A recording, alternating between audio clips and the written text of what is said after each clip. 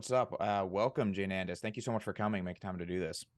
Absolutely. I love your content and your whatever you shared in within poker or for poker, but also outside of it. So I felt like it was probably a good conversation to hop into.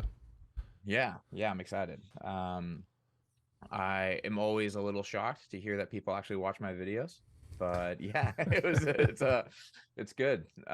You were one of those views, so that's good. How long are you in the content space right now? Or Oh for man, for like not long, like 3 months ish. I think I've been streaming for like 3-4 months or something. And then have been slowly branching out into more and more content.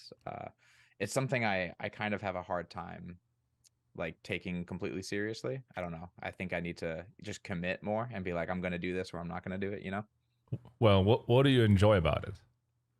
What got you into it as well? Yeah, I mean, I enjoy making I don't know, just honest content that I think puts on display aspects of poker that aren't put on display enough, you know? And I think I enjoy being transparent, and I enjoy the idea that as I've been coming up in poker and as I've done coaching and things like this, I've just seen certain aspects of poker that I think have created an unnecessary amount of suffering in people's lives that wouldn't be there, I think, if there was a bit more honesty at the top, for lack of a yeah. So I enjoy putting out content with that intent. But then like when I start working with people who want to try help promote content, they basically say like, yeah, you need to change your content though. Like a little In if it which needs to way? get traction. Uh-huh. I think just making it more, there's a lot of good advice that I get, just making it snappier, but the more I start curating it, right, the more sort of manufactured it starts to feel, I think. Oh And yeah, like, for sure. so like it's been interesting, and I'm sure I'll keep toying with that line, trying to find the line between making content that people will actually consume, but also still retaining the heart of what it is I'm trying to get at, you know? Yeah, it's a fine line before you suddenly are like a slave to the algorithm of the Yeah. most disgusting platforms on the internet, and suddenly you have an Yeah. 8-second clip. Yeah, I know. And it's tough because it's like, yeah, I mean, there is this like weird addictive quality to watching your numbers go up, right? Like we just want to watch the numbers go up. That's what all humans want. It doesn't matter what they are, what the numbers represent. We just want to watch them go up, you know? Like, and so just watching as you start to make content, I can see why people get sucked into this sort of like, yeah, this like addictive quality of like, oh, I can get more views if I do this. If I do this, I'll get more views. Because even when I put out a video that I really believe in and I really stand behind, just when like likes and stuff roll through, it's just dopamine. It's just like, oh yeah, you know. And but I think as long as you're mindful of that, you'll be okay. Yeah, you strike me as a person that has a very strong understanding of his own values, and you're trying to like transport those values with your content. And I have found myself in situations where I'm sort of like watering down my content or reducing it to a certain aspect of the game, for example, an all-in or something, that the more you do that, the more people will reduce you to that as well, because that's most, if not all, of what they know of you. And it in some ways gets the job done as far as like getting more reach, and therefore you have more exposure to get your true message through. But especially when I come across people, for example, here in Vegas that know me through different parts of my content, like the kind of encounterments I appreciate the least, I would say, are sort of situations where I realize this person reduces me to something that is like, that I don't really want to be reduced to, if that makes sense. You know, like I make content that goes into highlight videos, which we stopped doing. That's one of the reasons, but also educational content in terms of poker/PLO, but also live mindset, self-improvement kind of content, which I would appreciate the most if I had an impact on other people. And when someone comes up to me and is like, I saw this like sick all in, and like you're this guy that is always all in, blah, blah, blah, blah, blah. I'm like, I mean, yeah, that's some of my videos. I don't necessarily like to be reduced to that, but that's what people are projecting into you when they think about you as you become, more of a public or recognized person. And it's like, it's not always pleasant, and makes you sort of realize maybe I don't want to do this kind of content too much, even though it does get the job done in terms of the numbers. It will also bring out a different perception in people and about who you are and what you're trying to do and accomplish. And I don't necessarily am too happy with that, so to speak. Because as you said, it doesn't really bring across an honest representation of what I am or what poker is. It's not just like all in and let's hope we're going to win. There's so much more behind it. And I don't necessarily want to give off the impression that it's such an easy way to like make money or have fun, because it really isn't, you know. So yeah, it's a fine line. Yeah, I feel like there's a lot there. Yeah, it is tough. I mean, like to get to speak to the, we're just jumping and we're just sending it. I love it. You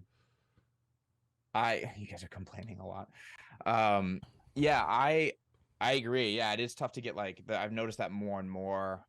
It's tough making content. It's tough in a way that I think a lot of people don't know if you haven't done it, you know, like you're really putting your perception, this thing that I think everybody intrinsically values, which is like the way you think people view you. And you're really to some degree just sort of taking your hands off of it, you know, like people will interpret you how they want to interpret you in some senses. And like, I think this is also what creates a lot of people to try to drive content, to create their content in a very specific way, because it's very natural to sort of retract when people don't view you in a certain way. And then so therefore try to like drive their perspective of you like very strongly towards one thing. And that's been interesting in getting into content creation, just watching myself have just my own moments of like pulling away. One thing I've noticed is like really irritating to me for some reason, even though I don't think it should be, is when people come in my stream and ask for my graph, for example. Like it just immediately, I just feel like I'm on trial instantly. Yeah. And like I'm just like, and like it feels like entitled, and I'm like, what the heck? Like this shouldn't bother me, and I should have no problem like talking about this. But just like, I don't know, it's very vulnerable. I have found it's a very vulnerable feeling, like putting yourself online, and like especially with a game that you really care about and that, you know, you're really passionate about and you've put so much of yourself into. And then it's a very vulnerable thing to put it out there. And when honestly, like people won't treat it with the care that you would like, you know what I mean, when engaging with you about it. People can be very haphazard in the way they talk to you about it. But it's been I don't know, I've really enjoyed the process, and I've really enjoyed learn. I mean, I feel like I've learned a lot about myself in the process, and how much I really do value people's perception of me in a way that I don't think I would have owned up to prior to making public content and content online and stuff like that. I saw this response in an FAQ of Gary Vee where someone in the audience was like, I have a question for you, but this question has probably been questioned or put to you like a million times. So I'm not sure. I don't really want to bore you with the question. And like we get these questions all the time. What is your biggest downswing? What is your graph? Yeah. The win rate? Blah, blah, blah. What do you do on tilt, right? And Gary's response was pretty interesting. He was, well, you're not asking the question for me. You're asking the question for you, right? So like I'm in service to you. That's what the content is. And obviously, like when I make content or I stream on a regular basis or make videos and people ask the same question over and over again, I wish everyone would watch all the videos, but that's not how content works. Like some random person comes in and asks a question, and it's on you to be like, okay, I'm in service of this person. That's what content is all about. So here's the answer. What's the biggest downswing? And I'm going to say it again and again and again and again, because that's what it is all about. And it can be kind of bothering sometimes to people. Every new guy is like, where's your graph? Where's your authority? Yeah. Why should we believe you? This was a terrible play, and like it will happen over and over again, and you are in this like one seat where it happens to you because you're the creator. Like every single day, some guy knocks on your door and it's like, you suck, or this was a wrong play. And from that person's perspective, they watched like 50 videos or 30 videos, and they commented on like 3 of them, and 1 were you, and they have like completely different lens and perspective. So it's important and sometimes really challenging to not take it personal. And then just be like, this is just one person who had like a question, maybe, or even maybe it was an attack or it was something insulting or whatever. But at the end of the day, why are you doing this? And are you willing to take sort of the negatives that come with the positives you're trying to bring forward? Because there is a cost attached to putting yourself out there. And whenever someone I don't know, comments or messages me, even on Twitter, and they have no profile picture, and my first instinct would be like, you're such a coward, there's no profile picture, and you're like putting out all these statements. But on the other side, I also understand it. Like there's a lot of value in just being anonymous online and just being like, I don't really want to put myself out there, because you become attackable essentially. But then if you become a content creator, you have to make this conscious decision of like, okay, if I do this, if I put myself out there, there is a cost attached to it. And as you said, there are some content creators, which I also understand, and maybe that's just how they're wired. They decide to only portray this one lens of themselves, which is super PC, always positive. Hey, poker, another tournament, let's go. We're going to do this. And it's like, okay, this is who you want to be on the internet. And I completely understand it. But for me as a creator, it would just be extremely boring and not authentic. So I don't want to do this. I'd rather just be myself and put the message forward that I think is important. And the cost of that is some people will like attack you and judge you and see you through this lens. And then the benefit of it is some people will find a lot more value in that in comparison to just like hype up videos on the internet about poker. Yeah. Yeah. I mean, that's a good point. Well, a lot of good points. I think it's been like, for me too, it's like, even when it's the easiest to like, when someone says something that might attack, feel attacking or something, to like, this is none of this I even planned on talking about, but we're just in it. So we'll just send it. It's easiest too to find it like, and I think a lot of content creators react this way. Like when someone, it's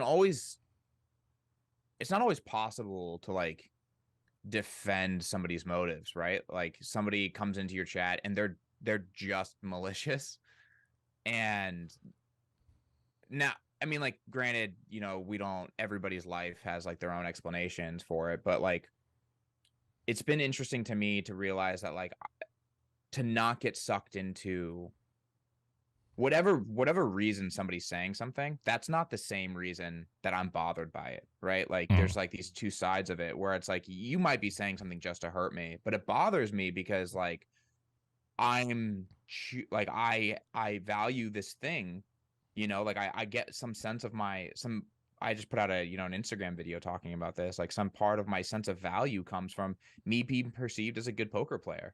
And when that gets threatened, it's easy to say like, oh, to like sort of lash out at people, be like, oh, they're just like a shitty person or whatever. But in reality, my feelings are hurt because it's just important to me to be viewed as a good poker player. And the more honest I am with myself about that, the more I just find that it still bothers me, but like it just has a different quality to it. Like it feels more wholesome. Like I feel like I'm, more in touch with myself, and like I feel, just more engaged with what it is I'm feeling, that like it doesn't draw me away from, it doesn't separate me from people in the way that it used to. I find that I can just be in the presence of people being, I luckily don't get very many super critical people in my chat. Maybe I'm just too small at this point, probably. Yeah, wait for it. Just wait.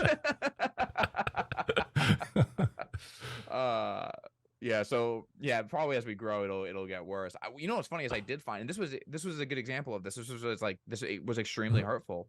I found out there's like a 2+2 forum where people are like saying like Alderman lies about his results. And of course.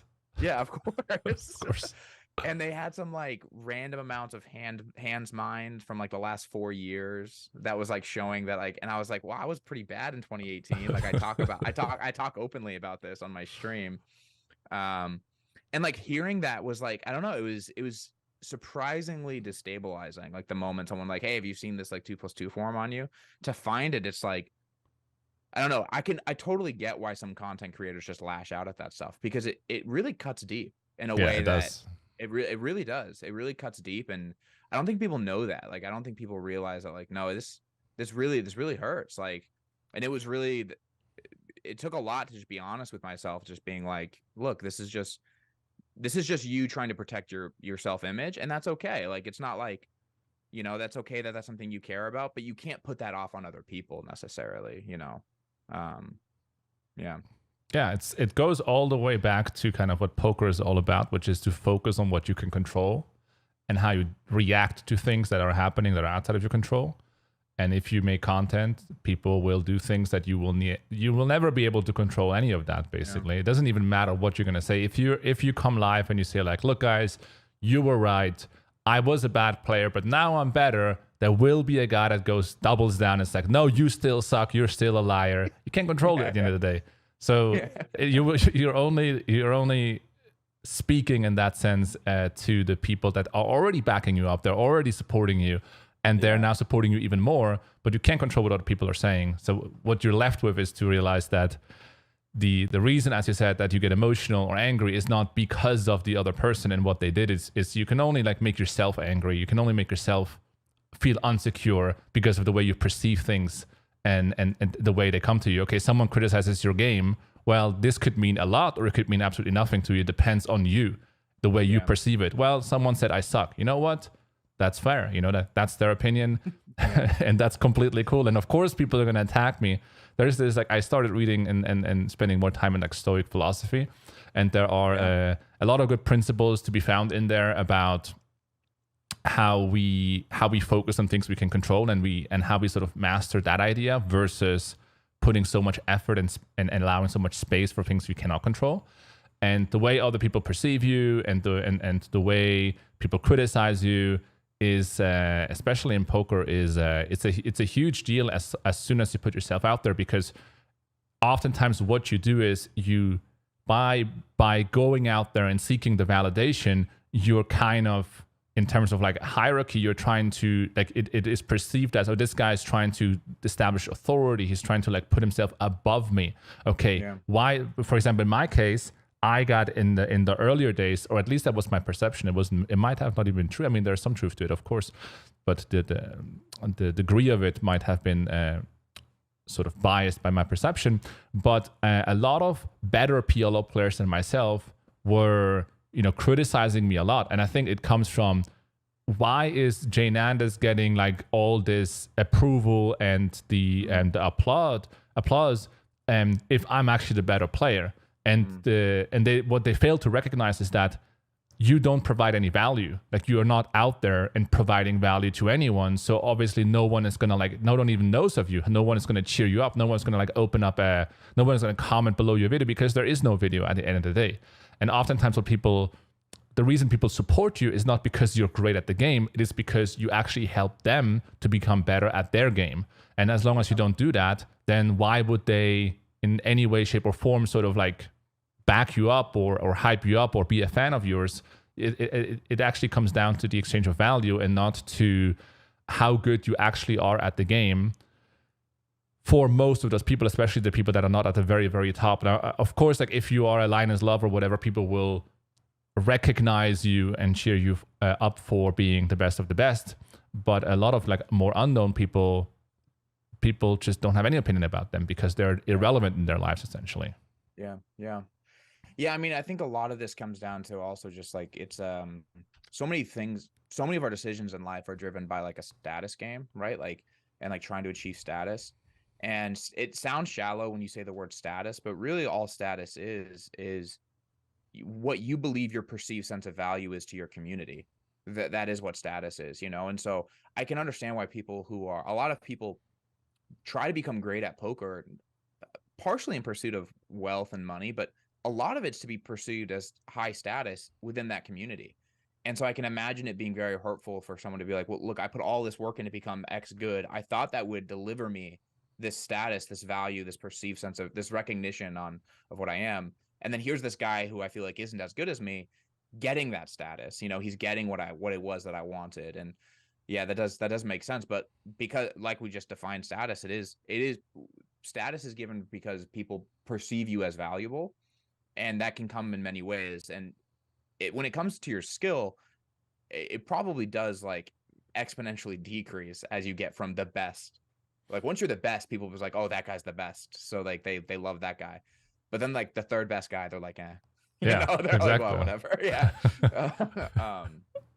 Yeah. And like when people do like the hand mining, the research, the 2+2 threats, it comes from that angle, you know. It's like, why is this guy getting the support? I don't. Let me research him. Let me see if he's actually like, if his status is granted. Let me try to take him down a notch so that I can feel better about myself and say like, no, he actually is a fraud, or he's actually not that good as you guys thought.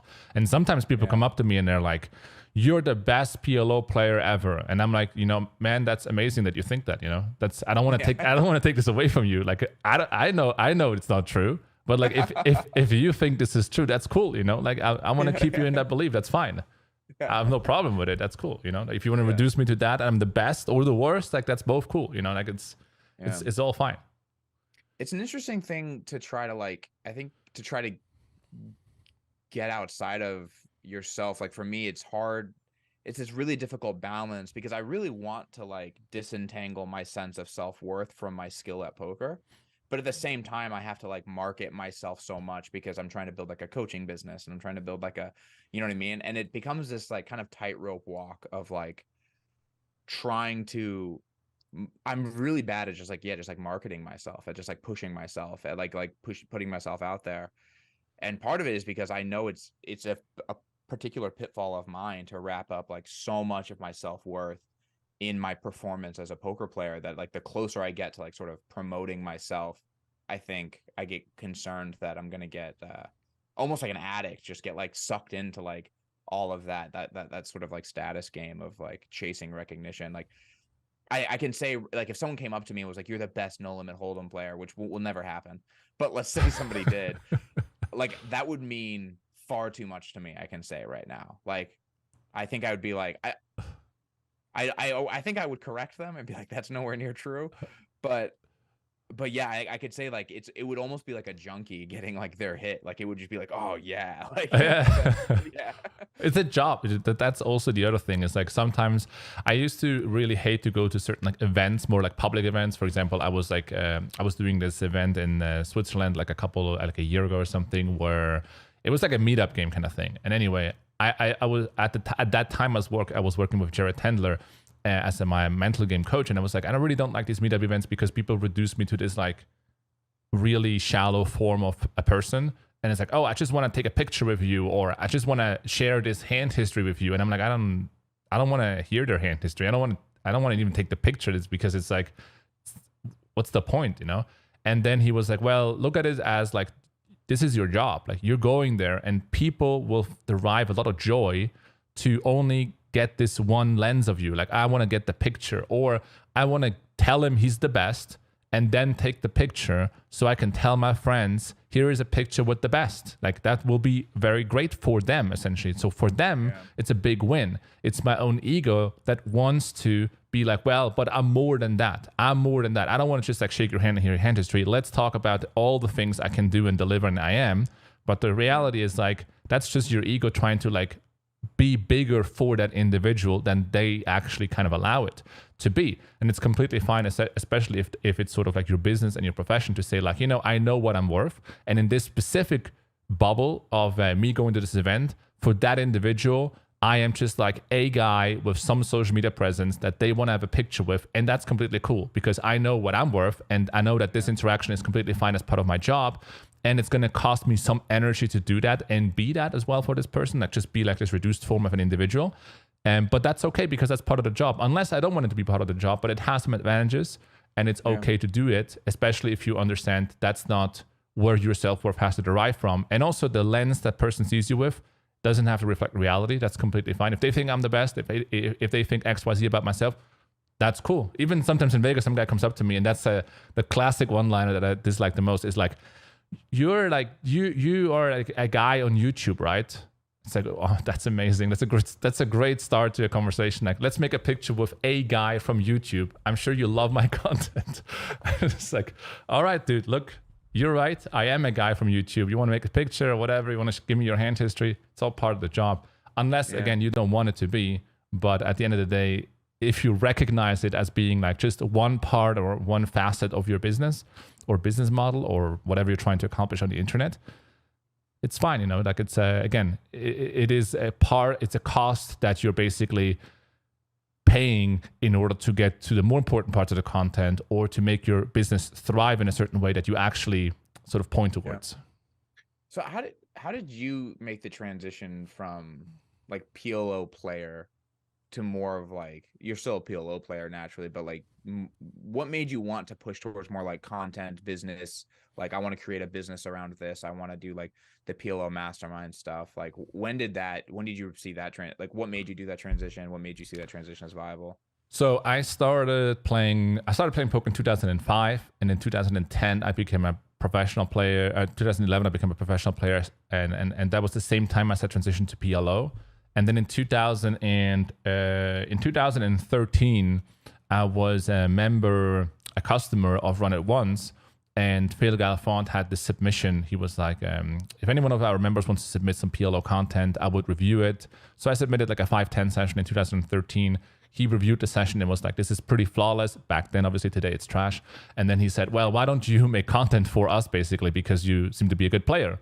So I became familiar with the idea of even making content, or even considering myself as someone who could make coaching content then, because that's a huge form of validation. And then I was like, okay, let me make some videos. And I made 26 videos for Run It Once in the span of like 18 months. And then naturally, when you do that, you get requests for one-on-one coaching.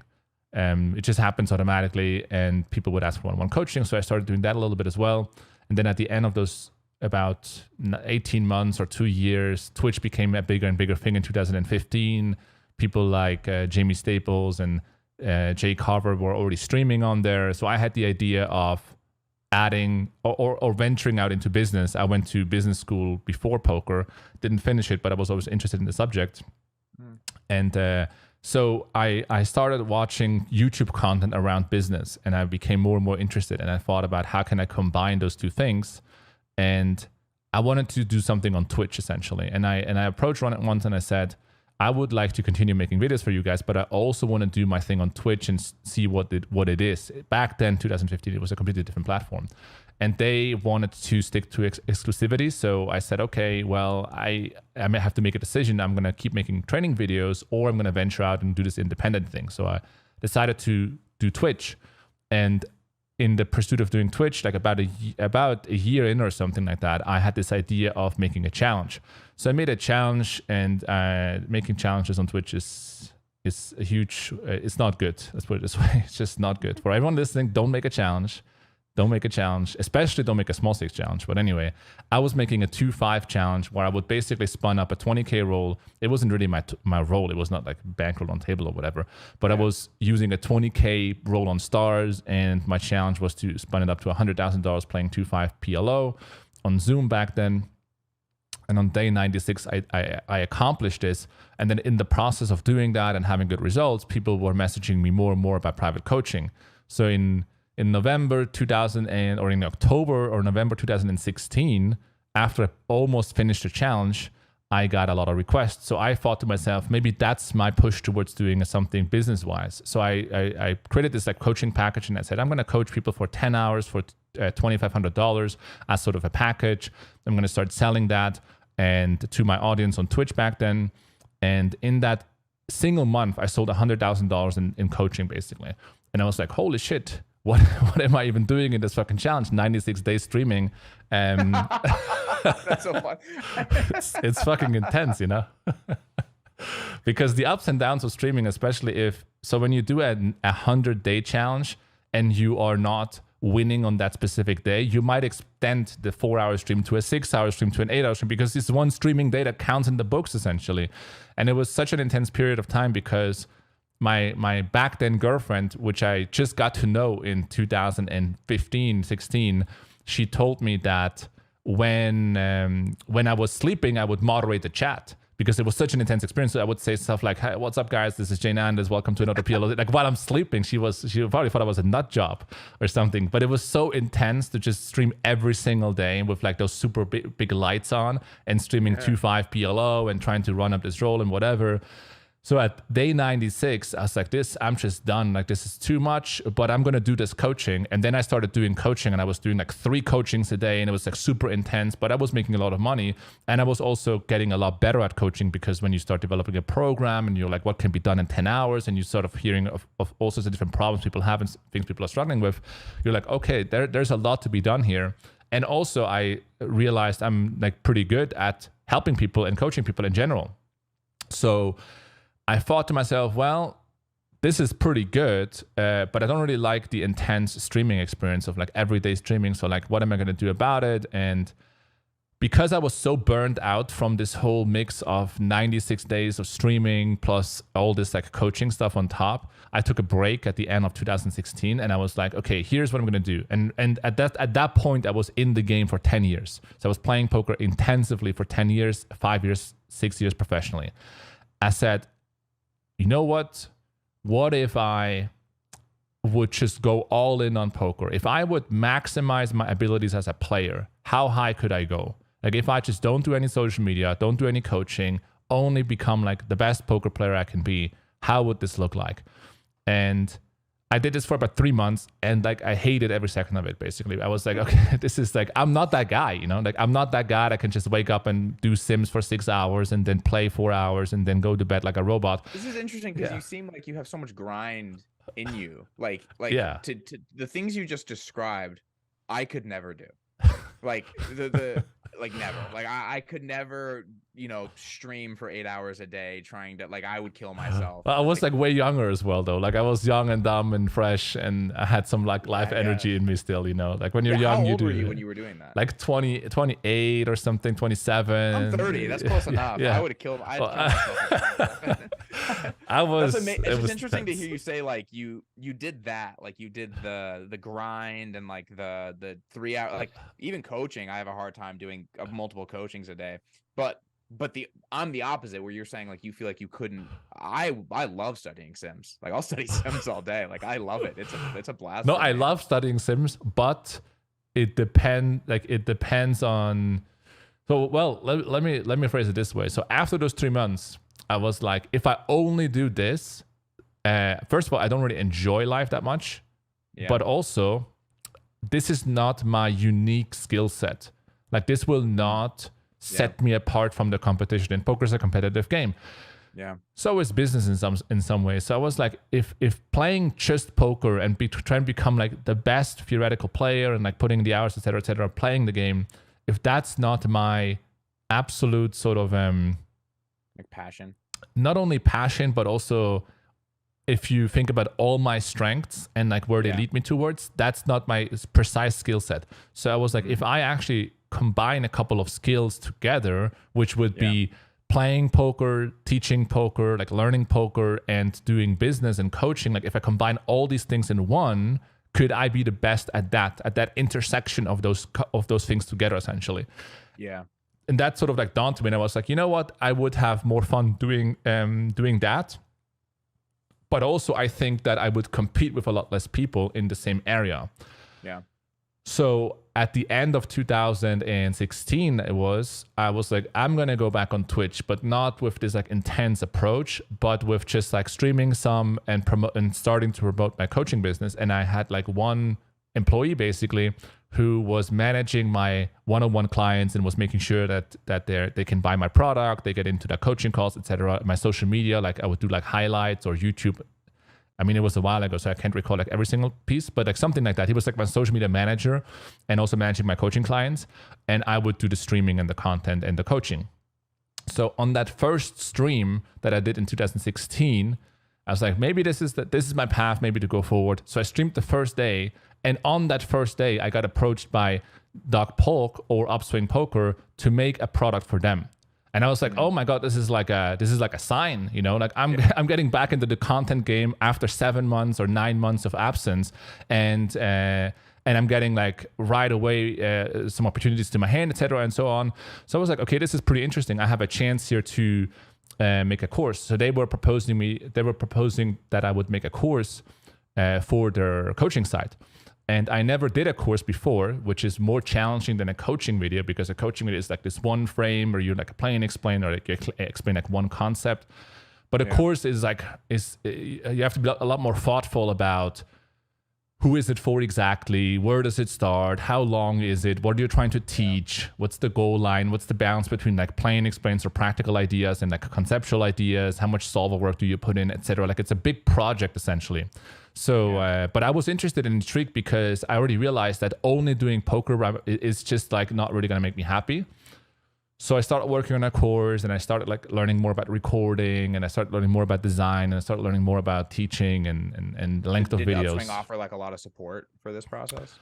Yeah, well, in this first project, so in this product was called PLO University, and I would say like the main sort of like support that I received was more like business wise. For example, how would we sell the product in terms of a launch sequence? Like they would know a lot about, for example, okay, we are going to launch this product. So it was a $1,000 product. We're going to launch this course in 4 months, and we're going to start off by releasing a YouTube video about this, and then we're going to do a launch sequence where people would enter a free workshop, and the workshop would have like 3 parts, and in those 3 parts you give people free value, but you also sort of advertise the product that's coming, and they would hire like a launch sequence expert, and he would coach me on understanding what it means to tell a story as a coach, because oftentimes in order to sell a product, part of that is also inspiring people to understand that it is possible. Like, hey, I started doing this, I started playing at poker here, and like this is what I am today, and like this is how I did it, etc. And having the ability to even understand how have you been thinking 5 years ago, and what was the thing or the key ideas that helped you to progress as a player and make this a full-time profession and then thrive in it as well. Like sort of recalling that is a whole process, and it's really trying to understand what will help people to believe in themselves in some ways. And obviously some people will believe in themselves that shouldn't, and some people will believe in themselves that should, because you know, you can't control that. Like some people are going to be like, oh, amazing, I can do this, but they just totally can't. And some people are going to be like, I wasn't really sure I can do this, but now I actually feel inspired and I have some ideas on how to do it. I'm going to like pursue this, and they will have some success. So you can't really control all of that.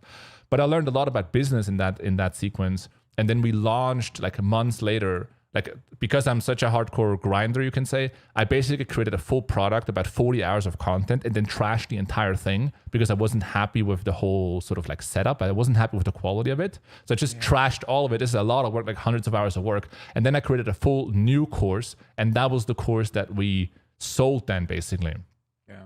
So that was sort of like my first introduction to actual like a solid connection of business and coaching. Because before all of that, I was like doing Twitch and one-on-one coaching, and it wasn't a real, I mean, it was a business, but like not really a business operation in that sense. It wasn't, it was like, yeah, you're going to send me money here. About, like marketing and execution and like, your pipeline is full. There's no scale really to it, because I was like, I have like enough coaching clients. I don't really need to think about how do I reach 1,000 people, for example, and how do we launch a product? How do they pay even through like credit card payments? Because if you have one-on-one clients, you're like, oh, send me some Bitcoin or do it this way, send me on stars. But if you start running a real operation, you're like, okay, I need payment processes, I need a company, I need banks, I need taxes, and like all this stuff suddenly comes into play. So I learned more about that in this process. And then we launched the PLO University as sort of my first real course. And that was a great success. Like it was like we sold this product for about 6 months before we didn't sell it anymore, basically. And we sold like $800,000 in product or something like that. So like 800 copies more or less. So like a lot of money basically went through. And I was so like from a business perspective, I sold one-on-one coaching for $2,500, a 10-hour package, and like I made like 6 figures relatively quick. But then there's a lot of your time. Yeah, when you coach someone, especially like in more of a mentoring role, where you actually go with like where you basically are trying to help someone for an extended period of time. What I have learned is that a lot of their problems will become your problems in some ways. There's like a certain exchange of energy where you feel pretty drained at the end of the coaching, especially going to like 3 coachings a day and really trying to focus on the other individual. You come out of it, and what I felt basically was like, I was like, I am like, who takes care of me? I was coaching so much that I was like, who actually takes care of me? Because I'm taking care of all these guys and trying to get them to the finish line, but who takes care of me? So I sort of like withdrew from coaching 101 and went into how do I create a product on scale where I don't have to sit together one-on-one with people and help them essentially.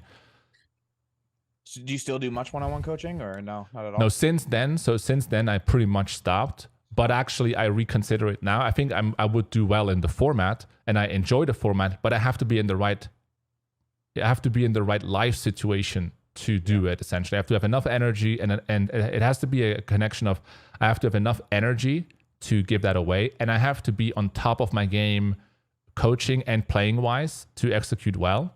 At least that's my own appeal. And that has not always been the case in the buildup of our own business, where sometimes building a business. So like in 2018 to till today, I basically built the PLO mastermind. And like in this process, in the first couple of years, I was grinding like way too many. Not poker grinding, but like business grinding, like way too many hours a day. And I was the only coach in the entire product. I was producing 5 coaching videos every single week for like 2 years. I basically produced over 2,000 coaching videos in my career, which is it's a lot of videos, and a lot of those are not plan explains, but they're actually like PowerPoint presentations with like conceptual ideas behind it and sims that have been ran. And then and that, like when you make this much content, it takes you away from the game in a certain way that you can't connect as well with someone who plays poker. So if I would do one-on-one coaching, I would want to be in a headspace where I'm like really close to the game, so I can understand where someone else is coming from. And I also want to be really sharp holistically, because when you're doing coaching content, the difference between doing coaching content and improving your own game is a coach has to create a video about one subject. So he kind of concentrates on this one subject, makes a piece of content out of it, gives people value. But a poker player needs to be on top of all the whole game, essentially. Like you can't just have like one concept in mind. So if you want to coach someone, especially if it's a more like holistic kind of coaching, you need to be on top of, understand all parts of the game tree to a certain degree. You need to understand like the routine of a poker player, things that they're struggling generally with. You need to also understand to a certain degree like where to play, the rake structure, the rake back structures, the opponents, taking notes, reads, HUDs. Like we need to be on top of the entire industry in some ways to give good coaching. And when I was in the buildup of the business, there's a disconnect that happens to a certain degree that I wasn't like comfortable doing one-on-one coaching, apart from the fact that I didn't have much time, but I just didn't feel like I can give enough value for the money I would ask for. So I would just like not do it, basically. That's interesting. I haven't, that makes complete sense to me. Like, you know, I do a lot of one-on-one coaching now, and I haven't thought about the difference between if I were to start making like training content videos that you can kind of slow down the pace, and like and if I'm going to make a video about big blind defense or something, like I could study up on that topic right before making that video. You know what I mean? Like I could get real dialed in on this and like make an amazing video and make it seem like I just came in fresh to this video, you know, just. And someone might assume you're like this in every part of the game tree, but it's completely not true. You know, you're just amazing. Look how squared away this guy is. I haven't thought about that, but yeah, it's interesting. The other thing that you mentioned too, that I think is that I find interesting is just I think people really underestimate the degree to which coaching can be really emotionally taxing. Like it's very emotionally exhausting. I think you have to be very. I've been loving it because it's been pushing me to grow in the ways that like I really want to grow in, which is just like I want to be able to expand the capacity which I can show up for people, you know, like I really want to, and coaching really will push you on that, because like especially I'm having more and more coaching students these days, you know, so like getting into more and more coaching sessions and just like jumping into the next one and jumping into the next one. And like, yeah, you just have to, and I found myself becoming more sensitive too. Like the more that I do it, right? Like you're just taxed. So it's like, I'm a little edgier by my 4th coaching session. You know what I mean? You realize there's a real exchange in like life, like a piece of your life, you know, gets exchanged here in this process of coaching, and it can be very fulfilling, but it is definitely an exchange is happening. Beyond like a knowledge transfer. Yeah, and I wonder if you feel too, because I find that I have students who I love spending time with, right? And I found that it's and this is something I want to improve in myself. I have found it's generally the students who I think understand this more. And you can tell in the way that they act, like they understand that there is a true exchange happening. Like I'm taking something from you. And then the students who just like exhaust me are the ones who really feel entitled to your time. You know, they really feel like this is like, which is weird because on some base level you are like, you've paid for it. I've committed to this. I'm showing up here for you.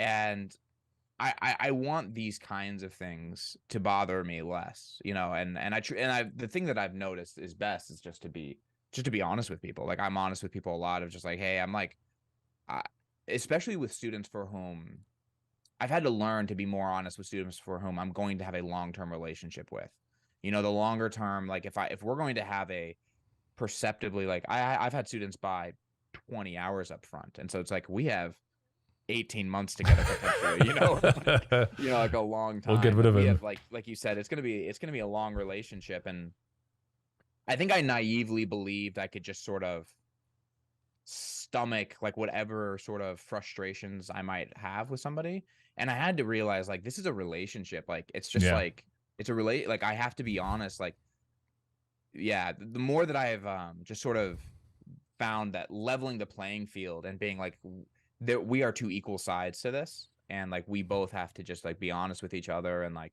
communicate openly.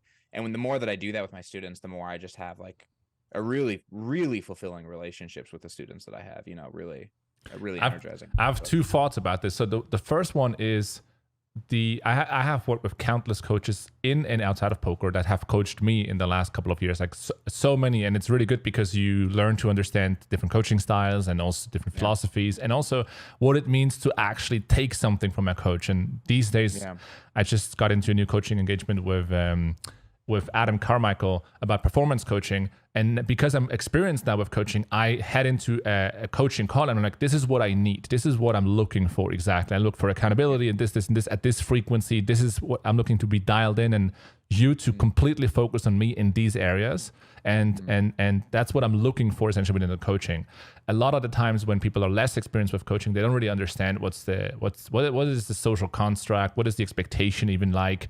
Again, as you said, they might have way too high expectations. Like I paid for this coaching. It's kind of similar to someone that goes to, I don't know, you go to like a restaurant and you think, oh, just because I paid the menu or whatever, I can just behave whatever way I want to. It's like, it is also on the business or even the coach to sort of, in some ways, display like, I don't need this. Like, I don't need your money.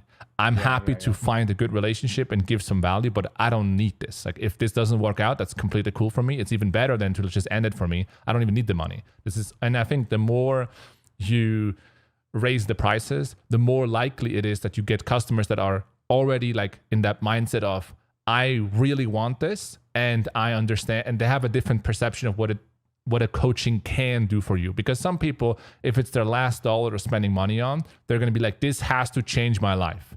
And it's like, well, coaching will help you. And I meant to numerous coachings, but my expectation is like, if I can take something away, I can leverage it in my life, because it depends where you are in your life. But if you're in a good financial position, or I have like a business running, et cetera, et cetera, et cetera, like if I can improve my efficiency, my mindset, my happiness, my fitness level, my cognitive abilities, but just by a little bit on a daily basis, that means a lot financially for me, and also life EV wise. So if a coach can do that for me, within me, that's a huge win for me, and I'm appreciative of it.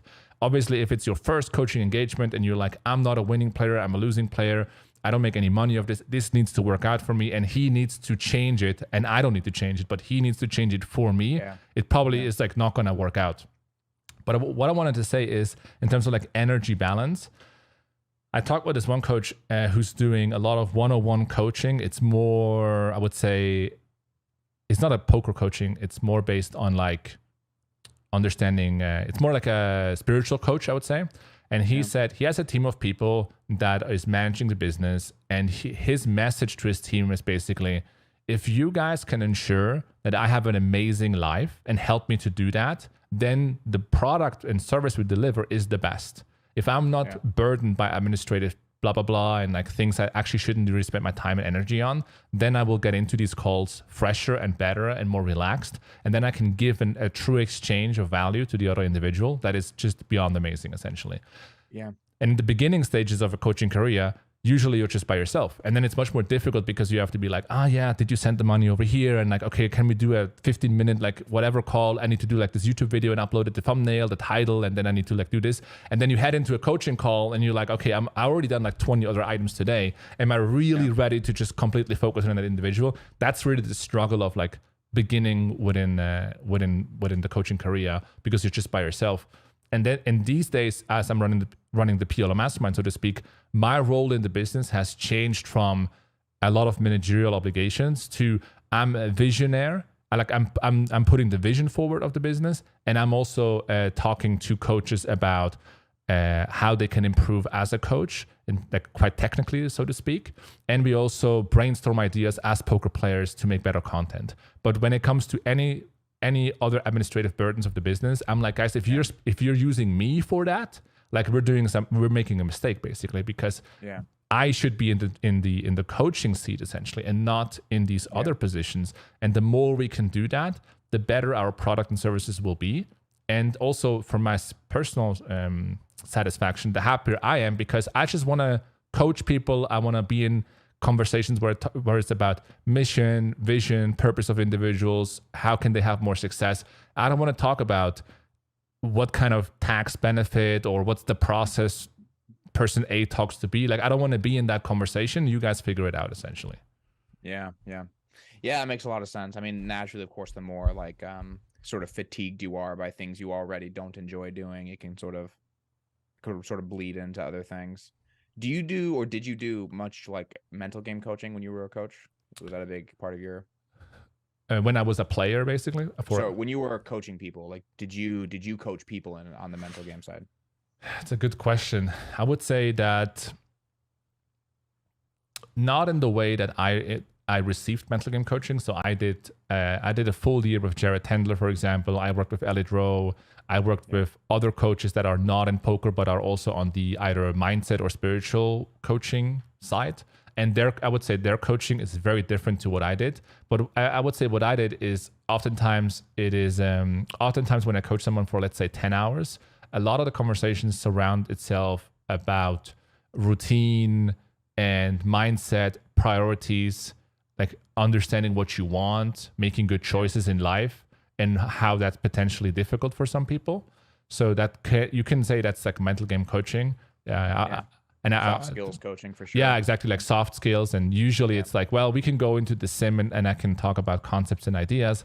And I think that's valuable. But if you have 2 hours a day time for poker, and it is at the very end of the day after an argument with your wife, like I can't help you. Like it doesn't matter if you know these concepts, like your performance is going to suck basically. Like it's not going to go well.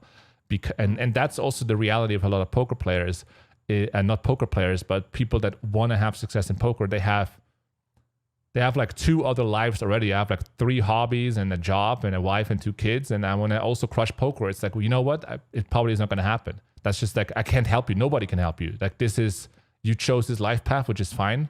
Find peace within it or change it. But I'm successful in poker because I did one thing basically. And then as I became more efficient, maybe I added like another thing that is very synergetic to poker, like poker coaching is synergetic to playing poker to a certain degree, but having an other 9-to-5 career and having a wife and kids and playing poker on the side is not synergetic at all. Like it's going to be very difficult for you to like make this happen. Yeah. And I mean, it is tough. It's tough from the coaching perspective, talking with people like because certain people can make that happen, right? Like you know, some people are it's hard when to know, like, when do you tell someone like, hey, this isn't like, this might just not be for you, you know? Whereas it's tough because it feels like on paper, anyone can succeed at poker. Yeah. Right? Like on paper, like, yeah, technically you just do these things and like, you'll be fine, you know, like you'll succeed. But then, you know, practically it's just like, yeah, there's all these just emotional barriers, life barriers, and then just like people are just different, where it's like you just like no matter what I tell you, you won't study this stuff, right? There's like some people it's like you just won't do it. Yeah.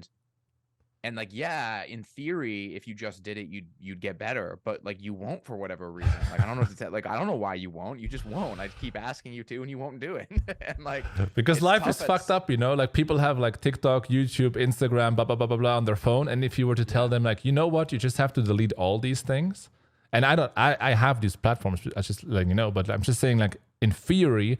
If people just wouldn't have any social media, your life would be so boring that you would actually study poker, because it's like it's like the most appealing thing. It's like, oh, I can actually use my brain for something. What do I want to do? Read a book, study some poker. Well, those are the only options. So I guess that's what we're going to go with. But the reason people don't do it is because they spent like 45 minutes on TikTok before that. And then their brain is so messed up on a day-by-day basis that it's very hard to then just say like, now you sit down and you study some poker. It's so way less appealing than just doing the other thing, basically. Yeah. I mean, what's happened with that, like, because boredom is just a failure of attention, right? Like, I actually don't think you would be bored if you didn't have TikTok and stuff like that. You get bored because you have TikTok and stuff like that, right? Like, it's like anything else doesn't match up with that stimulus. Yeah, it's like, yeah, you've trained your brain to just constantly be looking for something new, which is like, I can just scroll through videos, whereas like, yeah, sustained focused attention is very difficult for people. And yeah, maybe poker will always be beatable, because even though our tools for improving at poker will improve, the tools that decrease people's attention span will also improve, and it'll just like, they'll just cancel each other out. It's true with not only with these attention seeking tools, but also it goes into diet, exercise. It almost seems like it's like two extremes.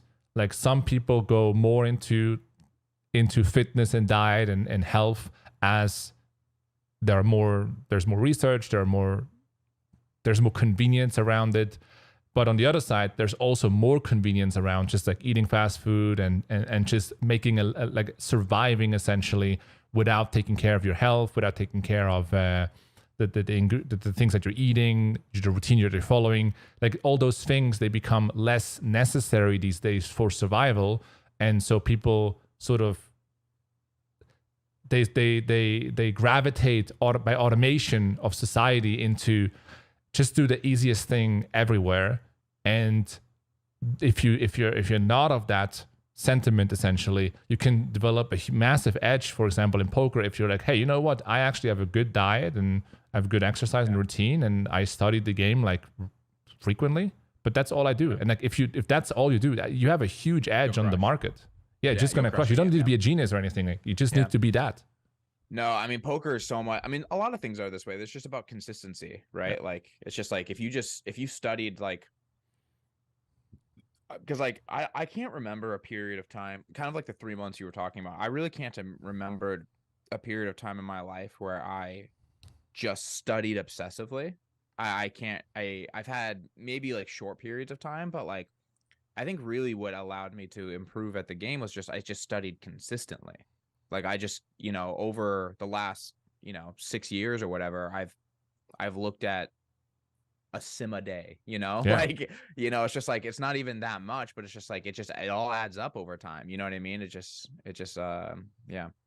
That's very underestimated. It's just the discipline of just showing up is so much underappreciated. And you can see it in different aspects of life, even when it comes to fitness goals.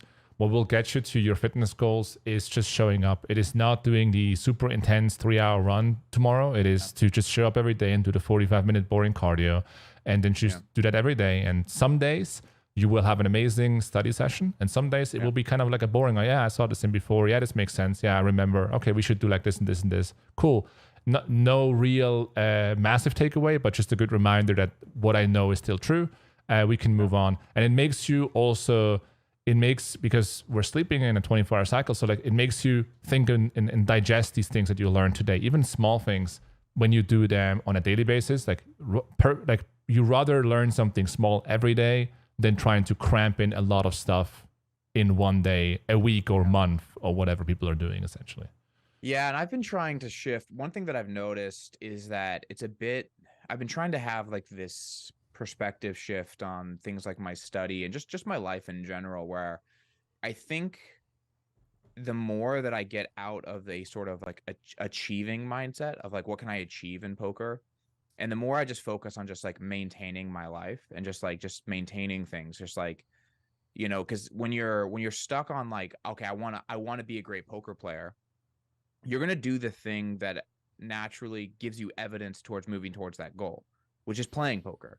Right. So like you become very attracted and it becomes like this magnetic pull to play poker because this might be the thing that displays my progress. And then I lose and now I feel destroyed. So I need to play more to like turn this loss around so that I can feel that I'm achieving this goal. Whereas when I'm just like, I'm more just like maintaining, I'm just trying to show up and just be here. And I'm not studying necessarily for anything. I'm just studying. Yeah. Right. And I tried to have more things in my life where like, I'm cleaning my house every day. And it's not to get my house clean. It's not like, that's not the point. I'm just showing up for this activity because so much of life is just maintenance. Like so much of life is like, we do these repetitive things every single day. And if you do those things to like get through them or to like move on to like, what am I achieving? It's very easy to start like, especially for myself, like I'm the kind of person who like hates taking showers and like hates eating food because it doesn't have a point to it in my mind. You know what I mean? Like, but the more that I've started trying to like intentionally have periods of the time of the day where it's like, I'm not achieving anything. I'm just maintaining. The more like study becomes attractive and the more I enjoy it. I'm just there for it, right? I'm just showing up here and it's not like, I don't know, it's less like, what is this for? And it's more just like, it's just for now. Like I'm just here for now. I'm here for this activity here. And even with my play, right? Like I just play every day and it's not about achieving, you know, some proof of success, or I just play every day. Like, and I just show up and I just play every day, and it goes well sometimes, it doesn't go well other times, and like it's just, but I'm just showing up for it, you know. And I found that's been really helpful in me maintaining a schedule and like a routine. And yeah, I think that's a huge mindset shift there that you're putting out there, which is to not focus on why am I doing this or what am I doing this for, because usually that idea gets us in trouble. Like, I go to the gym today, but like I'm so far away from like the way I want to look. What? And like this is just, it's just too far away. I'm only doing it for that. Yeah. So why would I even start? I'm just too far away. Or I'm playing poker to make money. I'm down today. Like, what is this even for? Why am I even here? I hate this. I need to turn it around. Otherwise, it made no sense to even play today. Well, yeah, and it can make the venture very daunting, right? Like for something like fitness, like this is the same thing. Like I've just happened to work out like consistently without really having any idea of like, that's not true. I mean, I was in the military, and so there was a point of time where I was training for like a program and it was very pointed, but like even before that and after that, it's just been like a point of maintenance. And like so much of fitness is just like you were saying, it's just showing up. And when you're like if you get into the gym and you're like, I want to lose 100 pounds or something, like that's extremely daunting. Like, you know, like that can be a very big daunting task. Well, when it's like this movement, this rep, like if you're really present with this moment, this rep, this thing you're doing, you don't need anything else. It's fine. Like it's enjoyable. It really is enjoyable to just like show up for whatever activity you happen to be finding yourself doing.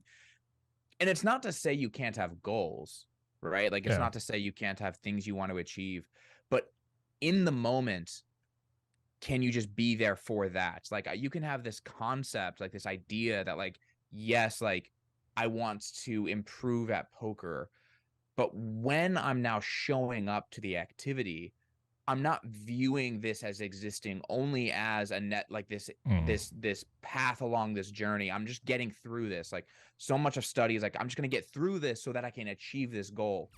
When in reality, when you actually get that goal, if you ever get it, it's just going to pass right by you anyway. And you're just going to be right back to, can you show up in the next moment for whatever life happens to bring you, you know?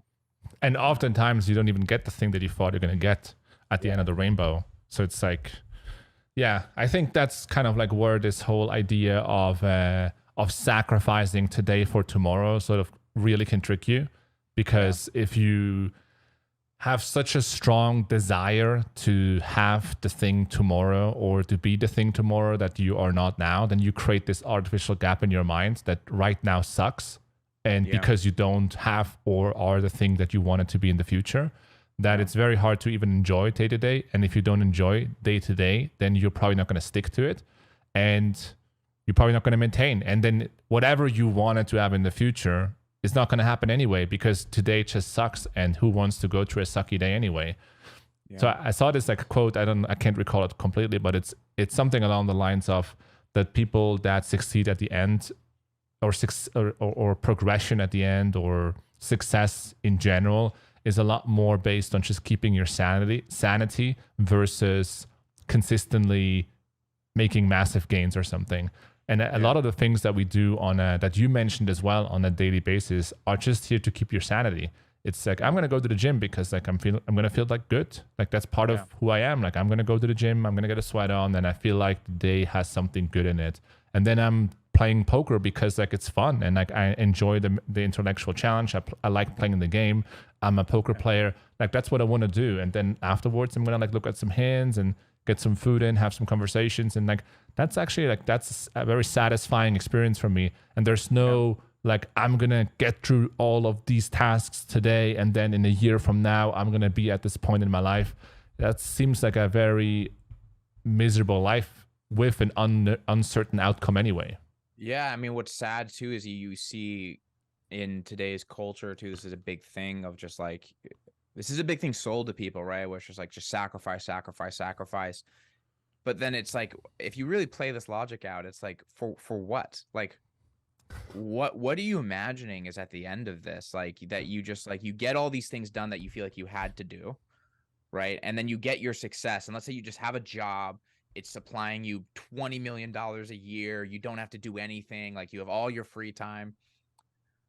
Now what? Still got to keep your sanity at this point, you know what I mean? Like what now? And what's happened is you've spent the entire time leading up to this moment training yourself to be unhappy. Yeah. Training yourself to not appreciate the moment as it is. And now you find yourself successful with all this time on your hands. You know, this is like part of the problem with efficiency training, where it's like, I'm going to get more efficient, more efficient, more efficient.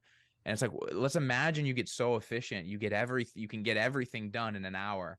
What are you doing after that? You know, like what are you know, it's like true.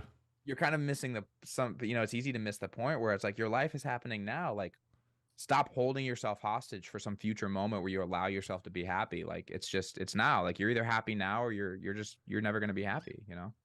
I that's what the reason why I started working with Jared Tendler like 2 years ago or something was because I had this idea in mind about where I want to bring my business to in terms of revenue.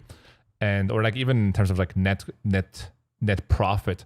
And I was working really hard towards that goal, making videos and running the business, a lot of managerial responsibilities that I didn't really enjoy. And then finally, like I got there and I had like this huge disconnect to poker, but also I did something every day. I did a lot of things every day that I didn't really like doing. Yeah. And I was like sitting on my balcony back then and I was like, oh wow, I achieved this goal. And like, it means absolutely nothing. Like it just means, it means nothing to me. Now that I realized it means nothing to me, like it just doesn't have any meaning to it. I actually have a bigger problem because then you realize, okay, now that because what it is essentially is if you think that this thing in the future will make your life better, you have something huge on your hands, which is hope. You have hope for a better future. So you hold on to today. If it reveals itself as this isn't making your life better, this hope is gone. And now you have to actually confront what makes your life good and what doesn't. And that's what I mean with like keeping your sanity. Even if you have 20 million on your hand, then you realize I don't even need to work. Then it's even tougher to maintain your sanity because you're like, well, if I don't need to work, if I don't need to do anything, how do I actually feel like I'm accomplishing something? I'm like happy with my life. How and a lot of people can't even imagine this. It's like, oh well, if I had all the money in the world, like life would be so easy. Like it definitely wouldn't be. Like you have one aspect cleared out, but then the bigger questions come to life, which is like, well, now that you don't have to wake up and work and you have this sort of like clear purpose in your life, what are you gonna do? Like how do you create purpose in your life now that you don't need the money? And that's a much harder question to answer than if you, I don't know, if you have like a family, you need to make the money and there's one way to do it. It's very clear. Like it's a clear way to stay sane essentially, which is I know what to do to get my family through. I love my family, so I want to do that. I have a job responsibility. I have purpose. I have a way to accomplish the purpose. I'll do this. If you have none of those on your fingers, then it's like, oh my God, what am I going to do with this life? Yeah. Yeah, there's two things that I wish like people could experience as soon as possible. And it's like huge success, so you can realize nothing changes, and huge failure, so you can realize nothing changes. Nice. Yeah. Right? Like it's just, I was very fortunate. It's a weird thing to say I was fortunate, but I went into the Navy I just got out of the Navy actually, but I went into the Navy originally to try to be a Navy SEAL. Mhm. And I built like my whole image in life around this idea of who I thought I was. And I don't know if you know much about SEAL training, but you David go to this. Goggins is what I Yeah, know. exactly. So you go to Buds. So I went to Buds, and Jocko Willing. long story short, didn't make it through Buds, and it was one of the most devastating experiences of my life. Like, it was just, I built my whole image around this idea of who I thought I was, and it just destroyed me to find out that like I wasn't that guy. Like, I wasn't the guy that I thought I was. And it was so valuable. Like, it was one of the most valuable things to realize, like, yeah, it was valuable in a lot of ways, but the big takeaway is like life just goes on. Yeah. Like, you can, like, life just goes on. And like, it's crazy because a lot of people spend a lot of their decisions and their energy afraid of failure, afraid of failing. And it's like, if you could just face that head on, you would just experience it. You wouldn't be afraid of it anymore. So you'd get out there. And then on the other end, though, if you could experience success very early on, like huge success, you wouldn't waste so much of your time dreaming about this hypothetical future, because you would realize then too that like that success will come and pass, and then your life will go back to the way that it was the moment before it. And it's tough because when you talk, it's easy to talk to people at times where it's so hard to convince people of that. Yeah. It's so hard to convince people that like on the other side of whatever thing you're imagining is your life right now. Like, yeah, it's the same thing. And people just don't buy it. It's so much about culture and Western culture, just like selling success, selling the idea of like, no, like you're gonna be somebody, like, like it's gonna be this thing, everyone's gonna respect you, like your life will be different. And like, yeah, it's not like, it doesn't happen. the classic conversation is something along the lines of like, money won't make you happy, and then the response is, yeah, but let me figure this out by myself. That's like, and the tragedy of this statement is that most people will never make the amount of money that they think is required to learn this lesson themselves. So if for example there's this 20-year-old guy and he's like, I need to make $1 million, like, and then I will be happy, and then he makes it in like 3 years or 5 years, okay, that's fine, because then he realizes it doesn't change much. So now he can move on with his life and actually experience what life is all about. The problem though a is lot of people just raise the bar though. Yeah, right? That's true as well. That's actually like the sad thing is a lot of people just raise the bar, and they just think like, no, I just need, okay, it's just more. Like, yeah, if I get more money, then I was wrong. It wasn't $1 million. It was 100 million. Like. Well, I think the most dangerous pathway is that if you never reach the million, and then you keep with this hope in mind that, well, I'm chasing this million, and as long as I keep doing that, I'm on the right path. And they spend all their life doing that without realizing that life just passed by. It's just gone, essentially. I have this, one of my favorite quotes that I use, I have it here on my phone, is if you don't regard what you have as enough, you will never be happy, even if you rule the entire world. And it says so much about when is enough enough. Not enough to not have any goals or any dreams, but when is enough to feel happy right now? Where you're like, this is just enough. Like, okay, you had a poker session, you won a buy-in. Is this enough to feel happy? Or do you need any amount of buy-ins to win? You just played poker. You were able to play poker. Is that enough to be happy? Like, when is the point reached? And oftentimes we don't even have this goal line in mind, because it is so high and unachievable that you don't even allow yourself to intellectually go to the idea, oh, I'm happy now, just because now is now, and now is good enough. Like, this is all good enough right now. Yeah, there's this Zen poet who, so I'm a big fan of Buddhism. I don't know if I would consider myself a Buddhist, but consume a lot of Buddhist content. And there's this Zen poet who he was like a traveling monk, but he had like basically no belongings, and he was like a hermit. And he had like the few items of clothing he had got stolen from him one day, and he wrote this Zen poem, and it was just the moon through the window, the thieves left it behind. And it's just like the idea that like without anything, like this was enough for him, like just like the moon in the window. And they left the moon behind. Yeah, see. Yeah, they left the moon behind, and I just love that idea, that just like there's the idea of like achieving, or at least wanting, like having that as some ideal of just like nothing is enough. Like you can have nothing, and everything that you want can be just found in what is already here.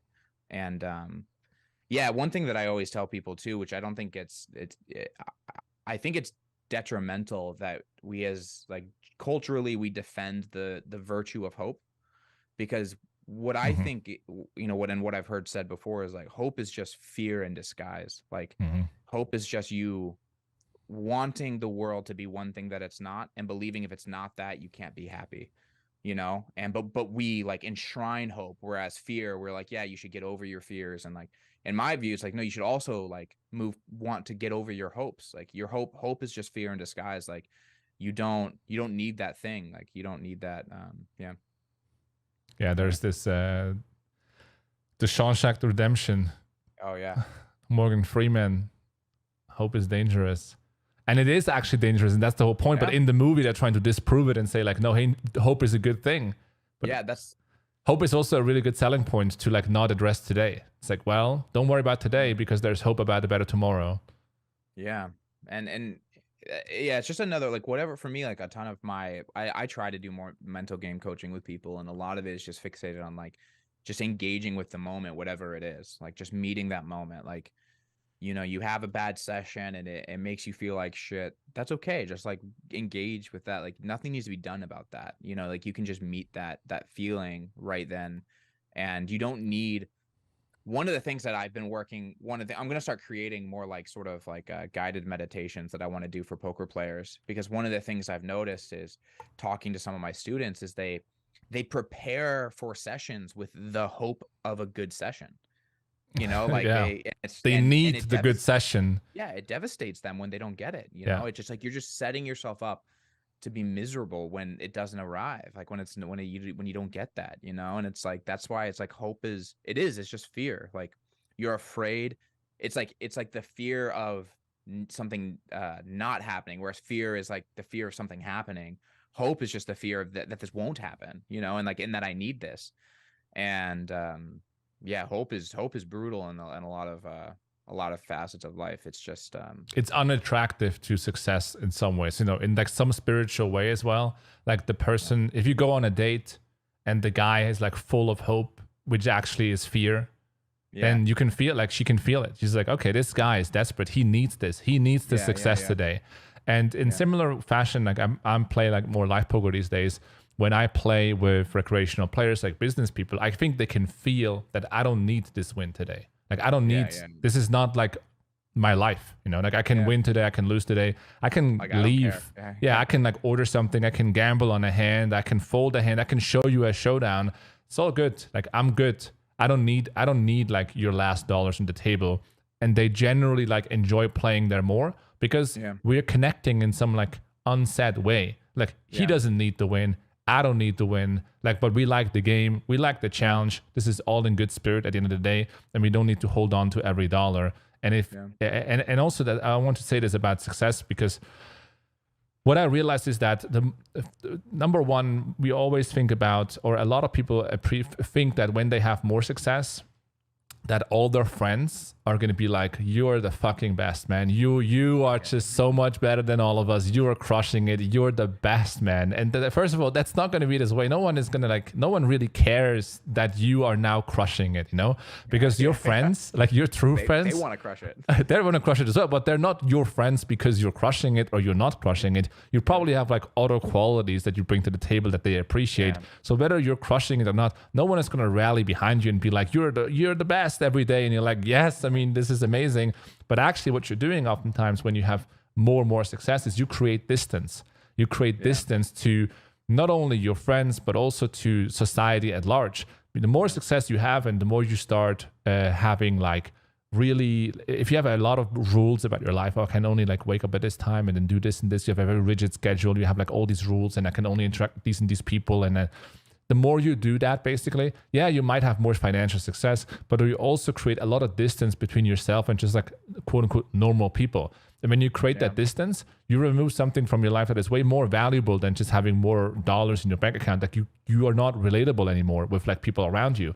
And when you're not relatable to other people, you lose social connection, which is like the most important thing we strive on. Yeah. So you head out to other people and you only see the mistakes in them. You only start judging them. Oh, he's not pushing as hard as I'm pushing. He's not saying, oh, he's eating a burger. Why is he eating a burger? This guy is like not a high performer. Like why would I hang out with this guy? You know, like I've done these things in the past where I'm trying to convince myself to be of a certain identity. And then you start judging other people for not being that. And all you're doing is they feel like correctly so, that you're judging them, but in reality you're just like fearful that you might slip up your own thing, and then you become uncertain of what your identity is all tied to. Well, and I think what happens here is you start attaching certain qualities to your sense of value, right? Because you're pursuing this success, and you're doing it because you believe at the end of that, just like you said, like all of these people will now value me.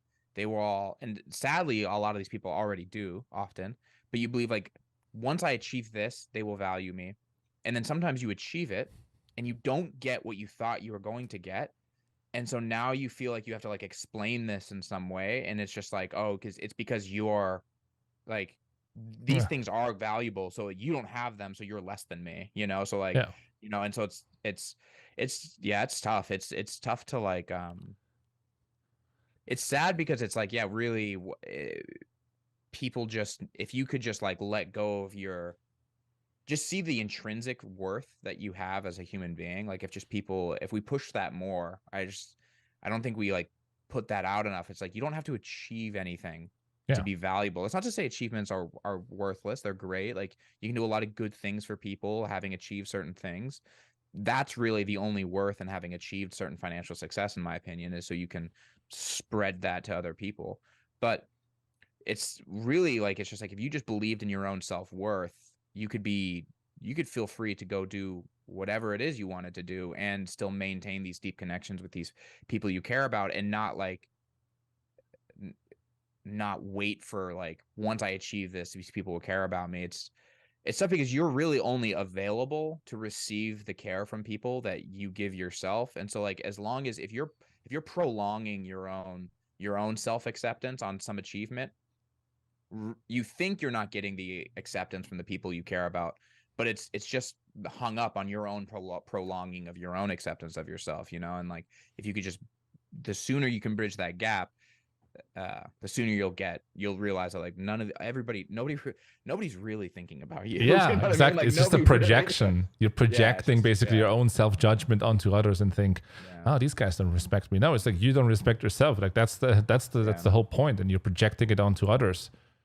It's also like when people say, because there was this like popular Twitter thread in this about sacrificing. I think that's exactly what you're referencing there. When people say, well, I have achieved a success and you didn't because I sacrificed like all these things. And then they're sort of implying that, hey, if you were to sacrifice now also your life, like maybe you will be, you know, equally successful or worth as me, even though it doesn't really work this way. And again, sacrificing, I think, is something that is like, is a very dangerous pathway to like think about it this way in life, because you don't get that back. That's the whole point of sacrificing. You don't get that back that you sacrifice. You want to be very careful with what you sacrifice in your life, especially if it's the good stuff, like the stuff that you actually enjoy. Like, oh, I'm going to sacrifice like my social connections. Like, okay, well, be careful with that. You know, like, do you really want to like sacrifice those things and be lonely if you're going to be at the top financially? Like, who gives a shit if you don't have any friends?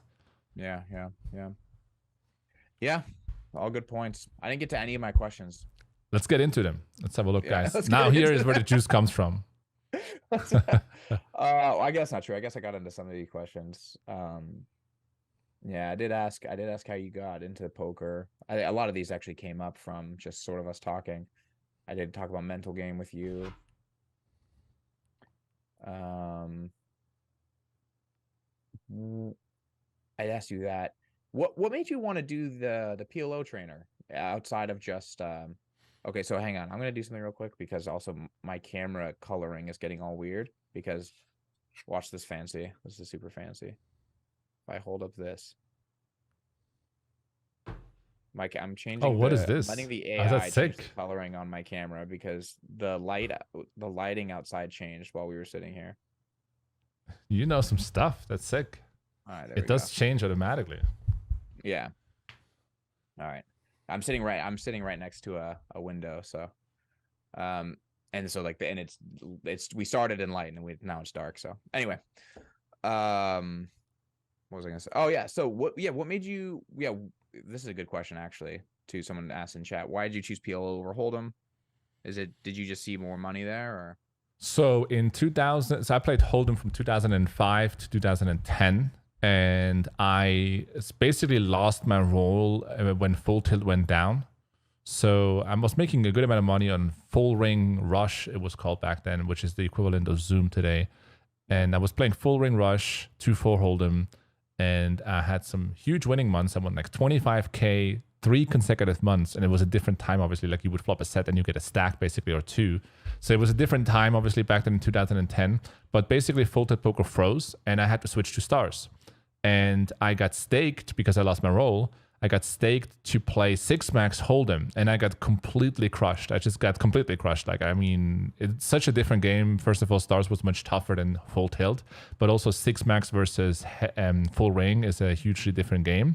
So I was very unsatisfied with my, I mean, there was no success, but like my loss was so devastating, and I couldn't really figure out why, that I was ready to pursue something new. And I saw PLO was just coming up, and there was a book on the market. It was called PLO, Theory and Practice by Tom Chambers, and it was a $2,500 book with about 1,000 pages on it. And I bought that book, and I was like, if I buy this book, which almost nobody will in PLO, and I really learned the in and outs of it, like I can develop a competitive advantage in the next couple of years that can sustain me a living.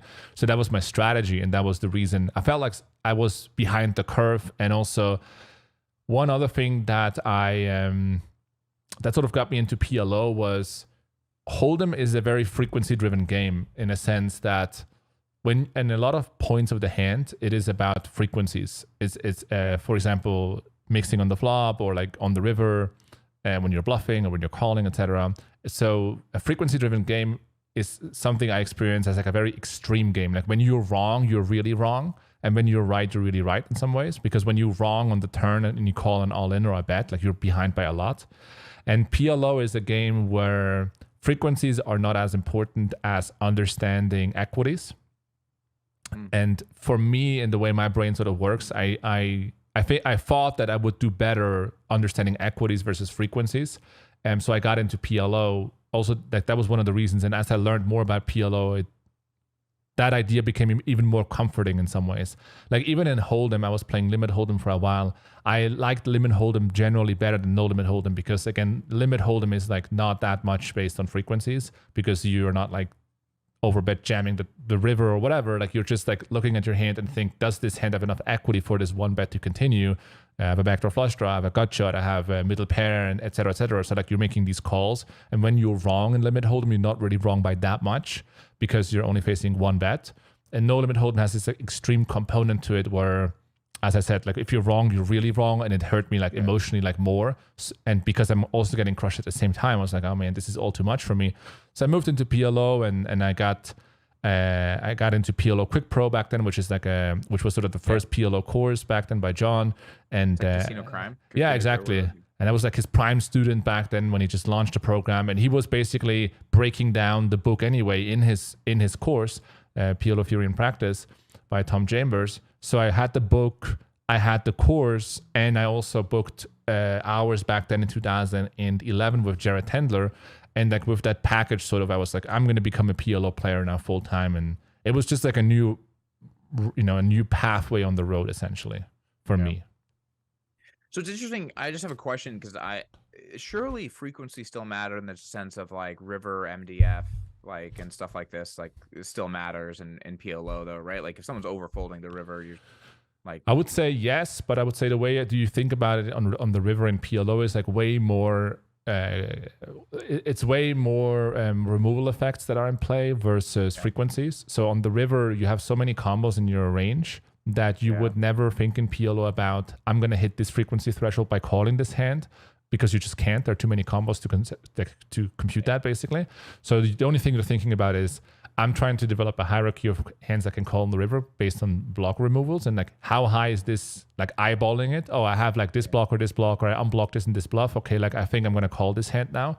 And that's like way less of a frequency idea and much more of like a logical blocker like removal idea essentially. Yeah. Yeah, this is something that actually I talked to my No Limit Hold'em students about. From the short time that I spent studying PLO, one of the big things I took away from it that I think improved my Hold'em game though was this idea of like eyeballing things. Like I think Hold'em players as an error try to be exact too often. It's a game that allows you to attempt to be really explicit about what's happening in a spot and like what you should be doing. Whereas exploitatively in Hold'em, you can just be like, people on average are bluffing combos like this on the turn, and they're going to continue to bluff some of these on the river. They're probably bluffing around too much on the river if you just give that, if you just like make some rough guesstimations. And in playing again, I played PLO very briefly, but like in studying PLO, that was something that like I learned that was like I kind of took to Hold'em in the sense of, yeah, you're just kind of eyeballing things. Like there's too many combos. Like you can't be counting combos and shit like that. Like, and I have found that actually in many spots where I'm trying to be too explicit in Hold'em, I think has held me back. Whereas like if I just sort of generalize the way someone probably groups hands as bluffs and value bets and just like kind of groups things together, then on average this spot might be bluffed too much, and just like making a rough decision like that as opposed to like trying to be super exact about it. Yeah, the more space you give your brain to think about the exact output of a sim, the less space you allow also for other considerations like exploitative ideas. So if you're really trying to like think back about how could this look like on the river from a GTO perspective, like is this combo gonna call, that takes up a lot of headspace. And sometimes you just want to think about, I want to call some of my hands, this is probably like one of the better ones to call, but like how does this spot generally play? Actually, it's a spot where my opponent could arrive on the river with a pretty wide range, so this would allow for quite a few bluffs that maybe feel natural to him, but he's like overdoing it. So like my hand becomes even more of a call. So then you have like a little bit more space to connect those two worlds together in some ways. Yeah. Yeah, I basically recommend people don't worry about the solver output on rivers at all. Like I mean, it's just like it's good to study to know baselines, right? But like when I'm on a river, it's just like, are you bluffing too much? And like, does my hand beat your bluffs? I call. Like, I don't care what my hand is. Like, like it's also good sometimes to just visualize in PLO, for example. I would say, what hand is your opponent bluffing? Like, give me some hands, right? Yeah. And then they come up with hands, and then like, have you seen this hand like on a showdown, like ever? Like, like this hand makes sense, I guess. Yeah. But is it happening ever? And in PLO, oftentimes I arrive on the river and I'm like, he would have to narrow his range on the turn this and this way, which is quite unnatural. And like, that's all would do it because he would follow through on rivers and he needs some bluffs. But like, people play really equity driven on the turn. So like, would you really take an unnatural bluff to begin with on the turn so you can then follow through on the river? That's a pretty big challenge. You know what? Yeah. If you can do this, more power to you. I'm going to fold. Like that would be a very out of the box bluff, like a very well executed bluff. But I don't think you can do that. So I'm just going to fold. Yeah, it's tough because when I try to talk about this to some people, they think this exact kind of logic. Like I think this is like thinking in this way, in my opinion, is like the key to playing river as well, right? Like it's like if you just can like, it's just that, like, just think about human intuition, human nature, right? Like, will you bluff the turn in such a way to even give yourself the option to bluff the river? Or will you bluff the turn in such a way which you have a ton of options to bluff the river? And so like now you just have to shut down like all of them in order to like not be bluffing. And what's tough is it sounds kind of like a close cousin to like he thinks that I think that he thinks that some people think you're getting into like a leveling war when you're doing that. It's not though. It's like it's not that at all. Like you're not doing, because I have that when people are like, oh, I'm not really trying to think about what they're doing. That's like the most ridiculous thing I hear. You lose when you do that. But that is like a sort of like GTO like tenant of trying to play GTO, right? It's like it doesn't matter what your opponent does. Like it doesn't matter. And it's like good luck. You hear this set and it's like, I mean, okay, like I don't know.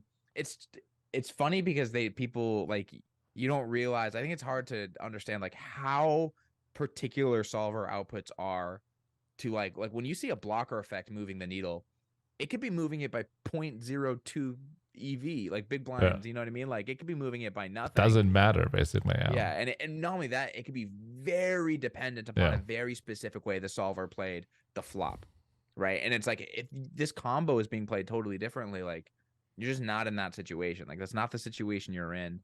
There are a lot of river spots like that in PLO where you would look at a hand, because in PLO there's no mixing on later streets, and even on the flop there's very infrequent mixing because you have so many perfect options to choose from because you have 4 cards.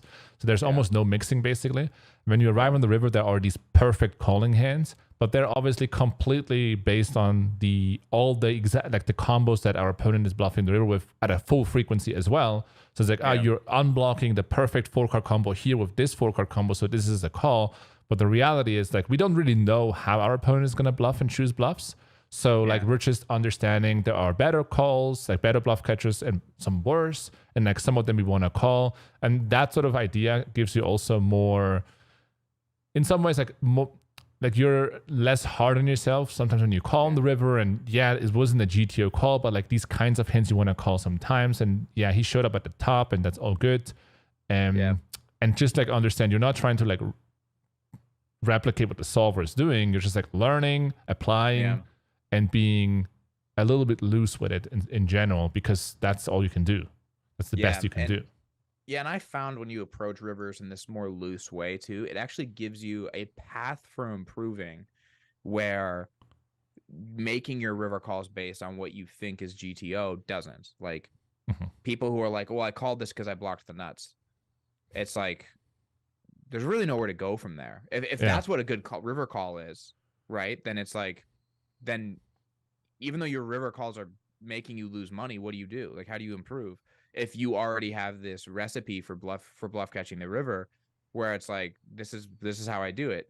Whereas if you have these sort of like loose heuristics of trying to like, you can factor that in as a variable, but then you also have like, you're trying to get an idea of like what bluffs show up here. This is a skill you can 100% get better at. Like, you can slowly improve. And so it allows your river calls to be put in the context of this like larger journey where like this call doesn't represent me as a person right now. Whereas so often, like I work with students, right, who just like, they just beat themselves up so bad in a spot. And a lot of it has to do with them being present with their feelings. Like they know everything in them is like fold in the spot, right? Like everything's like fold, but they see these qualities that they believe they must call with. They go against their strongest beliefs, which is like their intuition, essentially. I know I shouldn't call this, but I have learned something, I guess. And then, because I play like more live poker these days, in live poker there are just so many spots where you just have to, like, you have to understand what is your bias. And so, for example, my bias is like, I arrive on the river, I'm like, this guy is like fucking like, this guy's like bluffing me, but it's like not really true. Like I almost like take it not really personal, but I think like it has like this bully component to it where I'm like, I think this guy's like, is he running me over? But then and I know I have this bias, so I'm like, okay, wait, I have this bias. So let's think about it this way. What is he bluffing with here? And it's like, he knows I have probably this kind of hand, and he needs to like bluff this and this and this. And then oftentimes what helps me to make the conclusion to fold, even if I really don't want to fold, is like, if he can bluff here, more power to him. Like that is like most people wouldn't fold like what I have. If he can bluff here against me specifically now here, all right, you got it, you win. Yeah. Unless you start showing me some sick bluffs, I'm just going to fold here and I'm good at it. I'm fine with it. Yeah, I'm also like, it's also like you have this jump initially in poker, right? Where you're like, you're not trying to win each hand because you're just trying to play your range against their range. But then I feel like this other leap where it's like, I'm not even trying to play my range versus your range. I'm trying to play my range versus the aggregate range of the players who I show up in the spot against. So you're bluffing here. I don't give a shit. Most people aren't. And this fold will keep making me money, and like, especially on the ignition as you're playing. I see that you're playing there. It's like, sometimes like when I play an ignition, I would be like, I'm bluffing here. and you just can't call because you don't know who the fuck I am. And if you call against the pool in this spot, like you're just like burning money like left and right. You just can't make this call. Like it just makes no sense essentially. Yeah. There's a lot of that on Ignition that you can get away with, stuff like that. And but it's also just true in like even in named games, like right, like now naturally you can group people. Like I play on ACR, and so I can be like, these are regs, these are fish. But then even then, I'm playing against the aggregate of regs generally, right? Like I'm not, even though I see this person, I see them every day. It's just like you are this category of reg. I'm playing against that wholesome category when I play against you. Maybe you deviate. I mean, you certainly deviate from this category in certain ways. And maybe this spot's the one where you're bluffing me, where this category of regs wouldn't be bluffing me. That's not something I'm going to stress about finding, right? Like it's not something I'm going to worry about. It's just like, I just need you need a wholesome system that in the aggregate causes you to make good decisions. Like every one of your decisions doesn't have to be right or wrong, you know? I think that's also a good point. It's like that people think that they need to be right every single time in like every decision they make. And it's just like you're setting an expectation that leads to a miserable experience basically, because you will not be right every single time, not even close to it. Yeah, it allows you to just like open up and be curious and like to just like be humble and curious and be like, maybe this was a good decision. And I just find like when I approach every decision that way, it's just like, I mean, all the, you know, good players, I think, say this, just like when you're curious and when you're just like, it switches on that sort of problem solving mindset, the more curiosity you have, where it's like, what is good as opposed to like, this is good, you know, like you're just, you show up to a spot, just like trying to find the right answer. And paradoxically, it allows you you just have to be okay with being wrong, you know, like, people are wondering why you don't play on Ignition anymore. Why I don't play on Ignition anymore? Never said that. Someone asked. Never said that. In my chat. What? I never said that, guys. Oh, you still play on Ignition. Are the PLO games on Ignition good? Should I switch to PLO on Ignition? Well, I would say so I'm going to answer this question in some ways. So what I would say is the online landscape in general of cash games especially is like very different to a couple of years ago. Like I'm playing poker and online poker for so many years now, and there are different metas and phases, etc., that are surrounding online poker. And I would say these days, like finding the good games online and the good environments in terms of like rake, action, stakes, etc., like is much more of a skill set these days than it used to be back in the days. Like when all the rest of world pools were connected on stars and those sites, like you have action and everyone plays sort of on the same site. And then these days you have a lot of app games, you have a lot of sites that are segregated, that are only statewide or nationwide. And getting into the right games is a huge deal online these days, where it didn't used to be. And part of that as well is like when you are in a good game, probably don't want to share it, basically. So I'm like in different games and different platforms and different sites, etc., that I don't ever put on display anywhere because it just would like cut right into my edge. Yeah.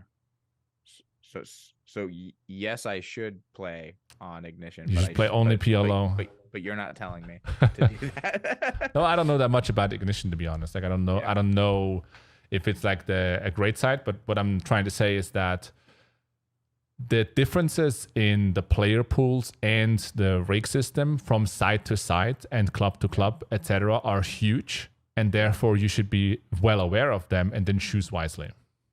Yeah, every time I've only like the amount of PLO hands I've played is very minimal, but I feel like when I play, every time I play PLO, it just seems wild to me. Like it just seems so crazy. Like I get into like of a comparable. So like I've never played high. Like I play higher stakes No Limit Hold'em now, but like I've never played higher stakes PLO. Like 500 PLO is probably the highest I've really played. But still, it just seems like this is chaos. Like I just like sometimes I was playing places like, man, it just seems like my impression, having not put serious time into it, is like there's every time I've jumped in and played PLO somewhere, it's like there just has to be more money to make in PLO than there is in Hold'em. Like there has to be. There's a serious like gambling element to the game for sure. Yeah. There's a and I recently had a couple of streams on YouTube where I would say that there's a good amount of my audience, and that could also include your audience, that derive a lot of sort of pride about playing the game of poker by reminding themselves that it's not gambling. And I think like that mentality can also hurt you in some ways, because you have to understand that poker is gambling, and there's a gambling aspect to it. And if you are afraid of the gambling, then you're gonna have some problems. Like, for example, when you lose, you don't understand that you're gambling. Like, this is not chess. Like, you didn't lose because you suck. It is, you lost because we're gambling. Yeah. And when it comes to live poker specifically, a lot of the players that are not maximizing their win rate as a pro are people that don't understand we're gambling. Like, they are afraid of like putting in a lot of chips in the middle, or they're afraid of gambling in general, like with recreational players. And the reason that they are there is because they want to gamble. And if you really trying to protect this image of poker being a strategical game, then you make the game a lot less fun than it could be.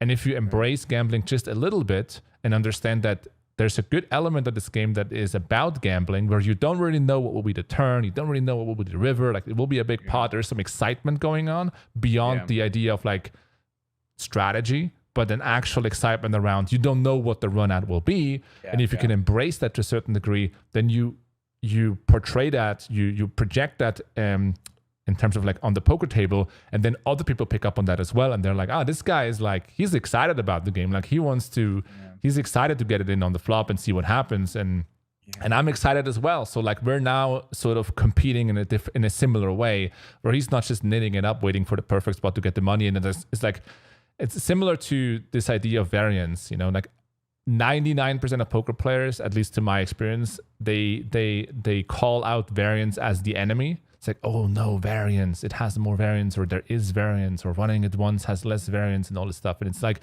if you make variance your enemy, then you will have a serious problem as a poker player, because variance is part of the game. And if you minimize variance, oftentimes it will actually lower your win rate in the game, and it will increase the pain as well that you have if you call out variance to be your enemy, because variance will be part of the game.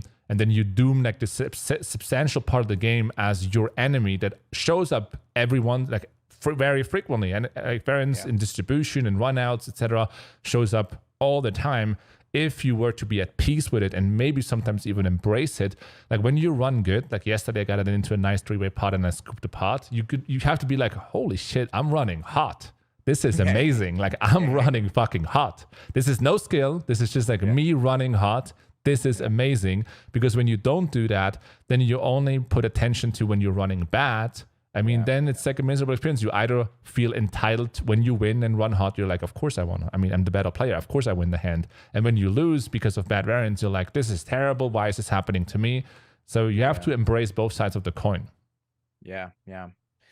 I've never thought of the gambling aspect of that. The variance makes sense to me, right? Because there's plenty of, I think one of the areas where I have a part of my edge in the games that I play is I'm very willing to take high variance spots in big pots, right? Like high variance lines in big pots, and like that's just uncomfortable for everybody, right? That's just like nobody likes doing it. But I've never thought about the gambling aspect of this as like this makes sense. Like rejecting. I can see a sort of archetype of player who leans too much on the fact that it's a strategic game and don't lean enough into the fact that it's a gamble, that there is a gamble. Naturally, this is a true thing in live.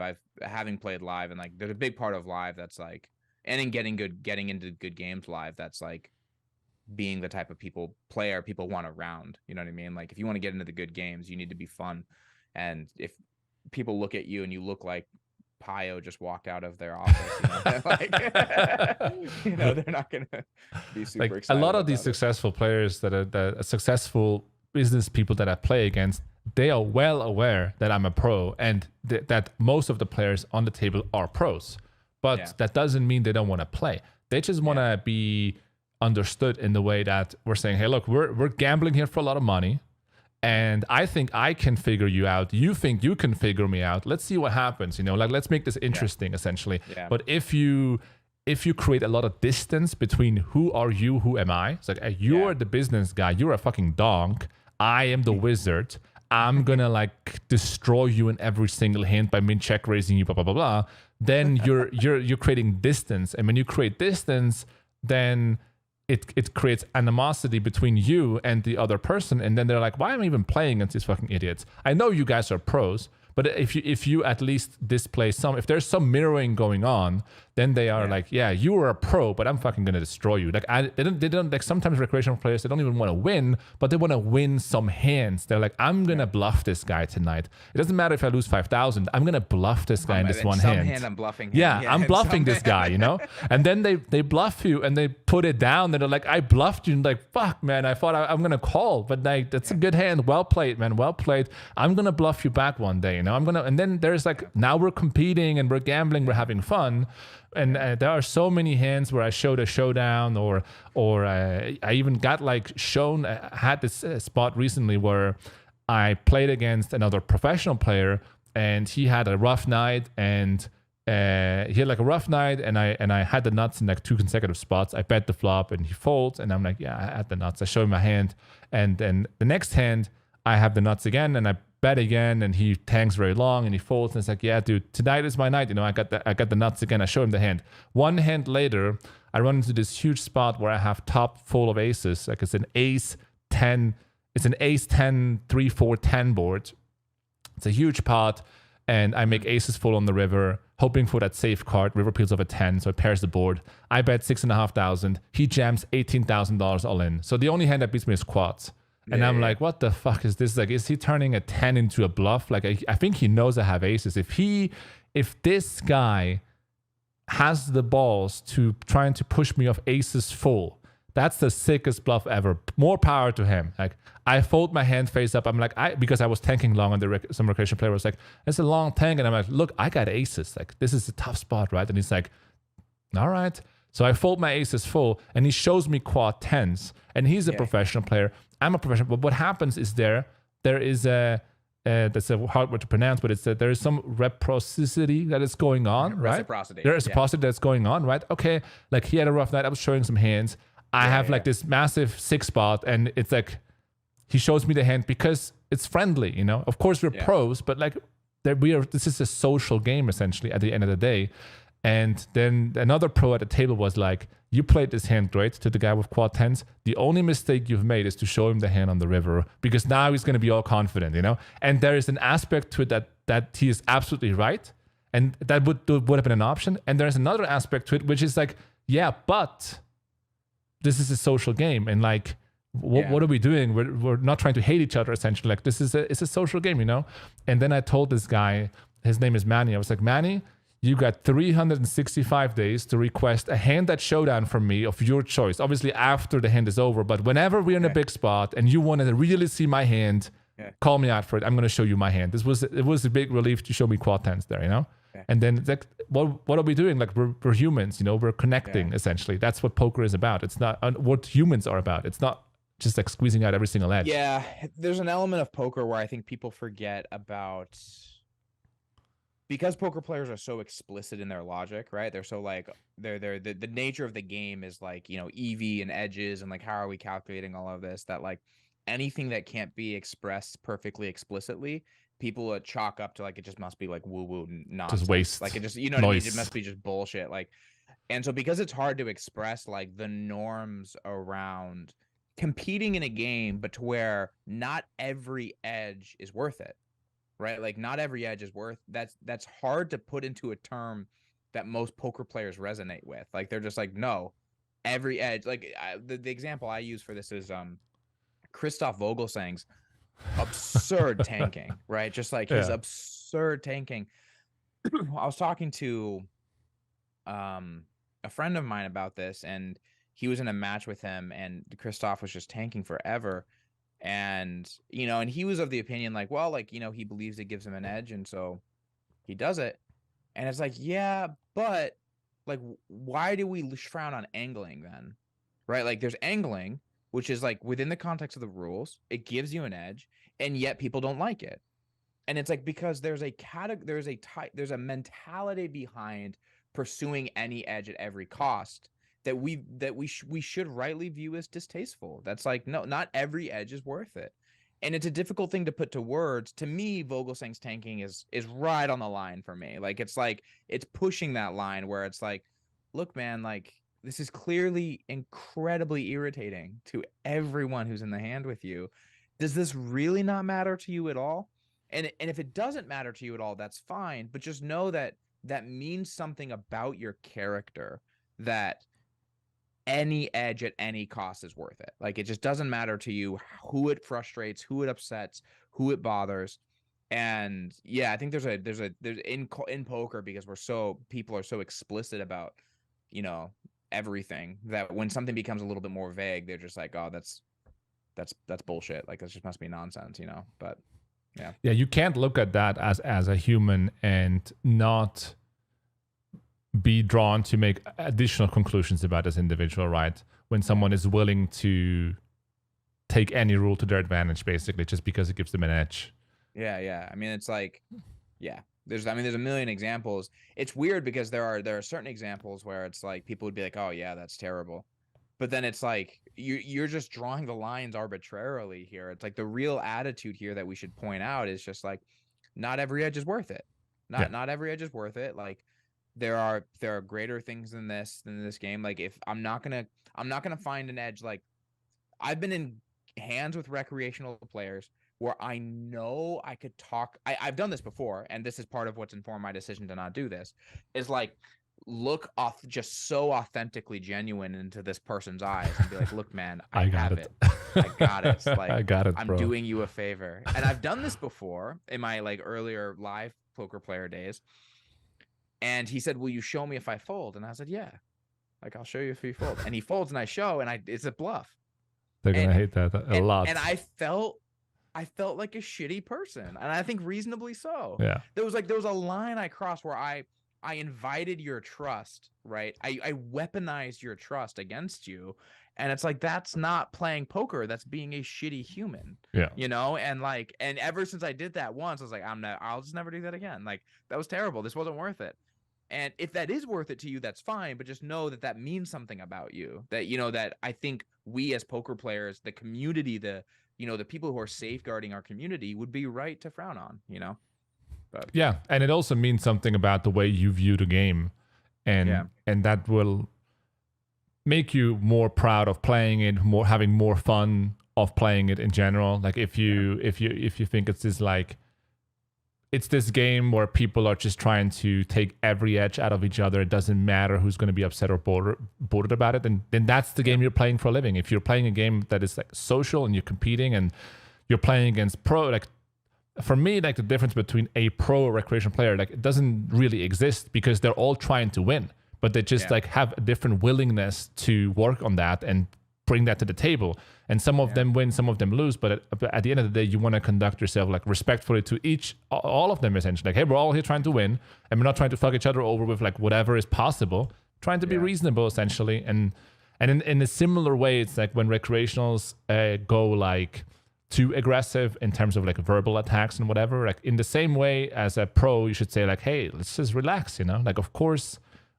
we know that you're the recreational player, but doesn't matter. Like, we're just playing poker. Like, we all want to have fun, you know, like we just all want to have fun, even if we're pros and you're not a pro, but we just want to have fun and be friendly. And just because there's one guy that is probably losing in the game doesn't mean he should just like have the right to just be a shitty human, basically.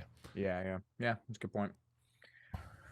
All right. Well, I think we're gonna wrap it up here. Is there any last calls? Anything else you'd like to tackle before? No, I think this was a good length, and we jumped into, you know, I enjoy these podcasts that I'm watching myself where people just jump straight into good topics and subjects, and I think that's what we did without getting into too much boring stuff. It wasn't a solver breakdown, although there was some talks about solvers, but I think that there are plenty of videos out there that sort of inform people more about the world of strategy. But I think that when two humans talk with each other, it's better to talk about things that are close to like the human heart versus the strategy of the game. And I think that was I think we did a decent job on that. Yeah, I think so too. I really appreciate it. Thanks for your time.